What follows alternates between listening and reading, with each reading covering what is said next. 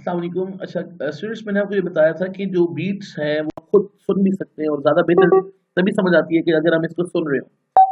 तो आप इसमें देखें कि सबसे पहले ये यहाँ पर जो है ऑनलाइन टोन जनरेटर, आप गूगल पे लिखेंगे तो ऑनलाइन टोन जनरेटर .com पहली वेबसाइट जो आ रही होगी, आपने इस पर क्लिक करना है। इस तरह से उसका इंटरफेस है। आप लेफ्ट पे देखो होम लिखा हुआ है और इसके सेकंड नंबर पे लेफ्ट साइड पे आप देखें अगर तो मल्टीपल टोन जनरेटर लिखा हुआ है। आपने मल्टीपल टोन जनरेटर पे क्लिक करना है, फिर आपने वेबसाइट पे नीचे आ जाना है।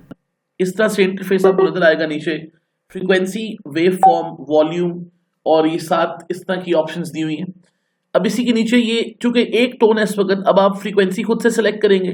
वेव फॉर्म इस वक्त जो हम डील करते हैं वो साइनोसाइडल वेव फॉर्म होती है और हम जो वेव फॉर्म ड्रॉ करते रहे हैं वो भी साइनोसाइडल वेव फॉर्म है। वॉल्यूम ऊपर नीचे आप कर सकते हैं खुद से। और इसके बाद पैनिंग को नहीं छेड़ना आपने। ऑन ऑफ के लिए इसका मतलब ये है कि अगर आप इस बटन पे क्लिक करोगे ना तो ये जो टोन होगी ना वो प्रोड्यूस होने शुरू हो जाएगी, यानी कि 440 हर्ट्ज की वेव्स जनरेट होने शुरू हो जाएंगी। ये देखिए मैं क्लिक करता हूँ इस पे भी,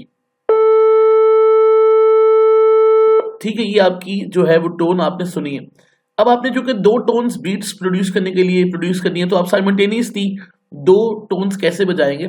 आप इस पे ऐड अ टोन पे क्लिक करोगे पहले तो ये आपके पास अब आपकी दोबारा वही ऑप्शंस रिपीट हो रही हैं।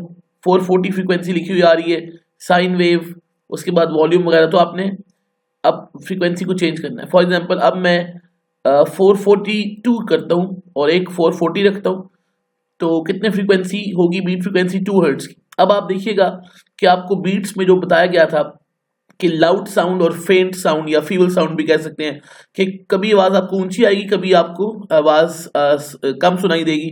पीरियोडिक वेरिएशंस होंगी लाउडनेस में, कम और ज्यादा में।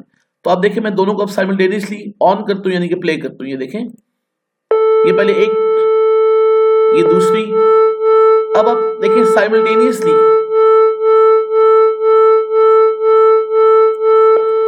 अब देखिए साइमल्टेनियसली जब प्ले किया हमने तो आवाज ऊंची भी आ रही है और कम भी हो रही है। अब मैं 440 और 442 की बजाय 444 तक जाता हूँ, बल्कि 440 और 446 तक जाता हूँ, ठीक है जी। अब दोनों को साइमल्टेनियसली प्ले करते हैं, ऑन ऑफ करते हैं यानी कि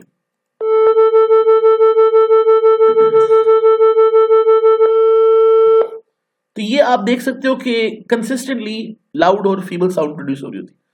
अब अगर देखिए मैं इसको 10 हर्ट्ज से ज्यादा, हमने ये भी पढ़ा था ना कि डिफरेंस 10 हर्ट्ज से ज्यादा नहीं होना चाहिए वरना हम उससे ह्यूमन ईयर को यानी कि लिमिटेशन है उसकी कुछ, वो उसको इस तरह से डिटेक्ट नहीं कर सकता।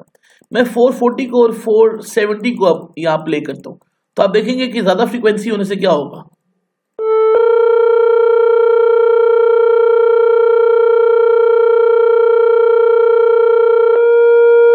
तो ये आपके पास जो है ये इसका इफेक्ट होता है कि हम उसको डिटेक्ट बड़ी मुश्किल से कर सकते हैं, इसलिए डिफरेंस अप टू 10 हर्ट्ज का एक्सेप्टेबल है। तो ये थोड़ी सी डिमॉन्स्ट्रेशन थी बीट्स की, इसको देखिएगा, मसला हो तो मुझसे पूछ लीजिएगा बाद में। Thank you very much.